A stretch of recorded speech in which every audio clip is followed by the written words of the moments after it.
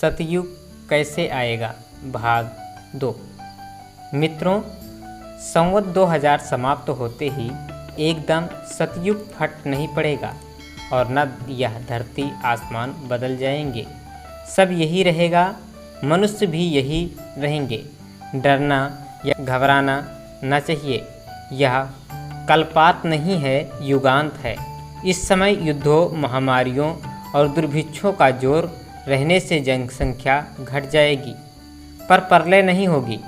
गत महायुद्ध में जितने मनुष्य मारे थे, इस युद्ध में उससे अधिक मरेंगे, पर यह संहार रुपये में 2 आने भर अष्टमास से अधिक न होगा।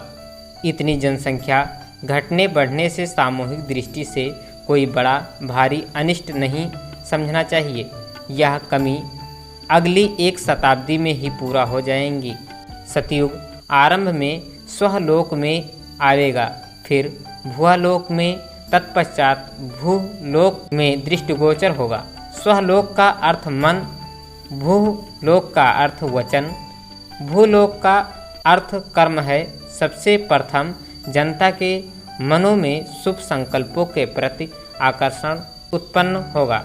बुरे कर्म करने वाले भी सत्य की प्रतिष्ठा करेंगे। आदतों के कारण कोई चाहे चोरी करता रहे, पर उसका मन अवश्य ही धर्म की महत्ता को समझेगा।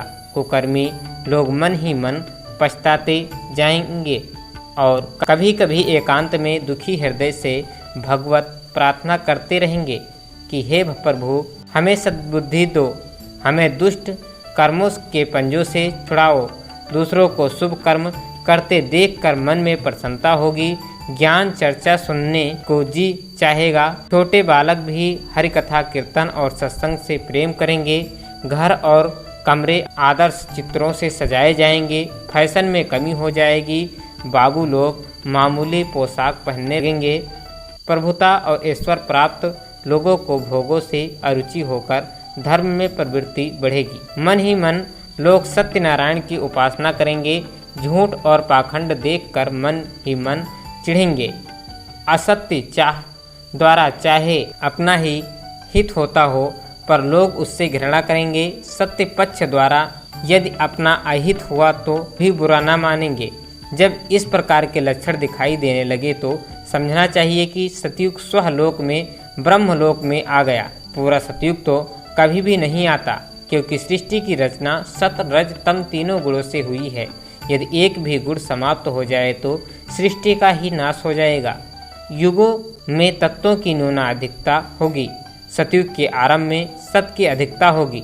स्वलोक में मनों में, मस्तिष्कों में सत की झांकी मिलेगी। कहीं कहीं वचन और कर्म भी दिखाई देगा, पर बहुत कम। वचन और कर्म तो वैसे ही रहेंगे। स्वलोक में सतयुग का आगमन उच्च आध्यात्मिक भूमिका में जागृत हुए मनुष्यों को दिखाई देगा। सर्वसाधारण को उसको पहचानना कठिन होगा। लेखक पंडित श्री राम शर्मा आचार्य। ओम शांति शांति शांति।